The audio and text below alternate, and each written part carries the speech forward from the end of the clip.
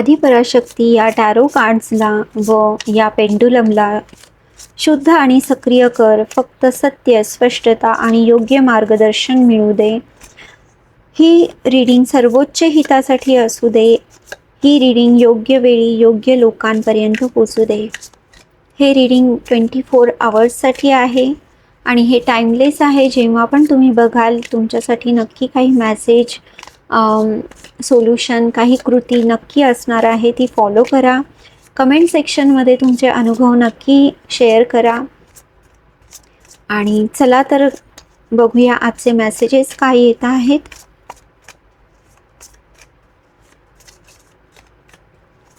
व्हिडिओला लाईक करायला विसरू नका. एक कार्ड आपल्याला मिळालं आहे, 6 ऑफ पेंटिकल. खूप सुंदर कार्ड आहे. या रीडिंगला क्लेम करायला विसरू नका. आणि चला बघूया की पेंडुलम आपल्याला काय मेसेजेस देत आहे.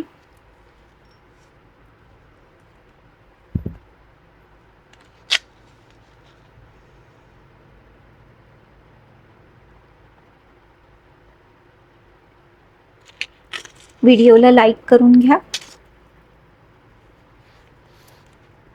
आदिपराशक्ती तुळजाभवानी मातेकडनं हे व्हिडिओ मेसेजेस आहे. हे कार्ड अंतर्गत धडा दर्शवतं का?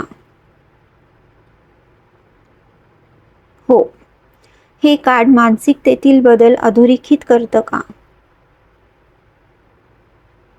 हो. हे कार्ड कृती किंवा जागरूकता याबद्दल आहे का?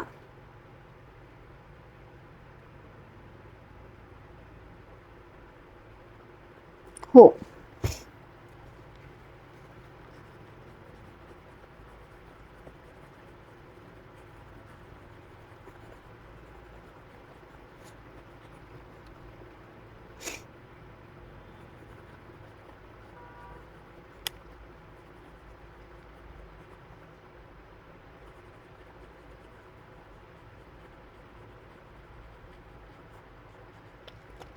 चला तर बघूया पुढे काय मेसेज मिळतोय आपल्याला. कोणत्या क्षेत्रामध्ये आज लक्ष देण्याची गरज आहे माझ्या व्ह्यूअर्सला?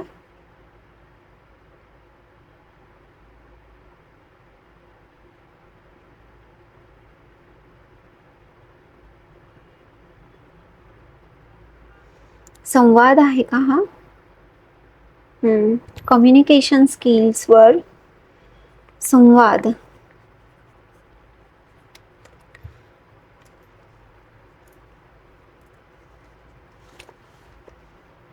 या धड्याची तीव्रता पातळी किती आहे? या धड्याची तीव्रता पातळी किती आहे?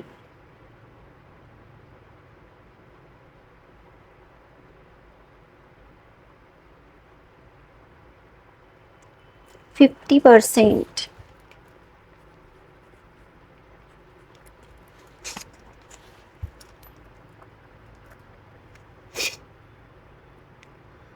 माझ्या व्ह्यूअर्ससाठी गायडन्स डायरेक्शन काय आहे?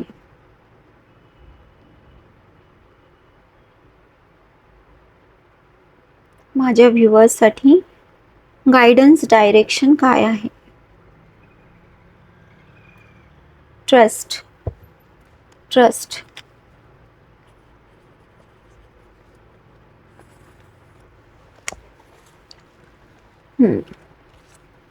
तर आपल्याला 6 ऑफ पेंटिकल मिळालं आहे. हे देवाणघेवाण, पैशांचा व्यवहार, जे कर्म केले त्याचे फळ,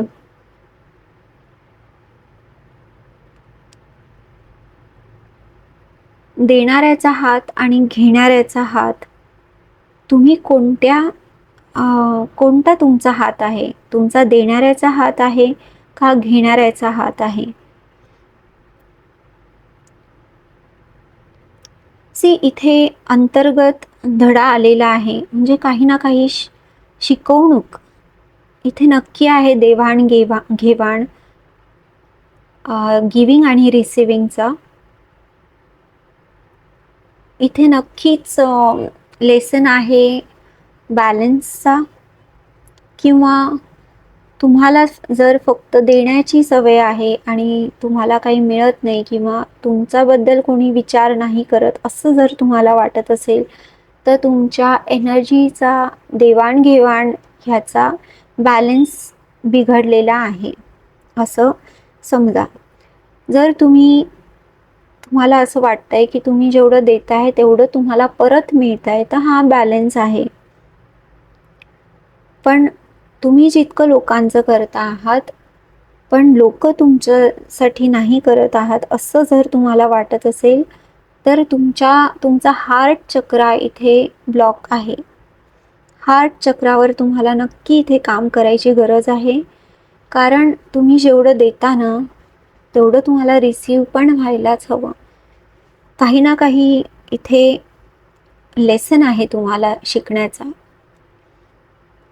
अजून इथे मानसिकतेतील बदल आहे. काहीतरी तुम्हाला इथे बदल करायचा आहे तुमच्या देवाणघेवाण या कन्सेप्टशी मिळता जुळता जे पण काही तुम्हाला असं जाणवत असेल की हा बदल करणे गरजेचं आहे किंवा हा बदल मला माहिती आहे की हा करायचा आहे पण मी नाही करत आहे किंवा मी चालढकल करतोय किंवा करतेय, तर आता ती वेळ आलेली आहे. हे रीडिंग 24 तासाचं आहे आणि ह्याची इंटेन्सिटी 50% आहे. 50% हा काही ना काही असं घडू शकतं, तुम्हाला काही जाणवू शकतं देवाणघेवाणबद्दल. आणि जागरूकता ठेवायची आहे की तुम्ही कशाबद्दल देवाणघेवाण चाललेली आहे, कोण देवाणघेवाण करत आहे, कोण बोलतंय, ह्याच्यामध्ये फायदा आणि तोटा कोणाचा होणार आहे, कोण देणार आहे आणि कोण घेणार आहे, ह्याचा खुलासा तुम्हाला करून स्पष्ट होऊन मगच डिसिजन घ्यायचा आहे. कारण तुम्ही हा डिसिजन चुकाल तर 50% लॉस होणार आहे आणि जर तुम्ही जागृत राहून जर 24 आवर्सची ह्या एनर्जीला सांभाळून घेतलं तर तुमचा 50% फायदा होणार आहे.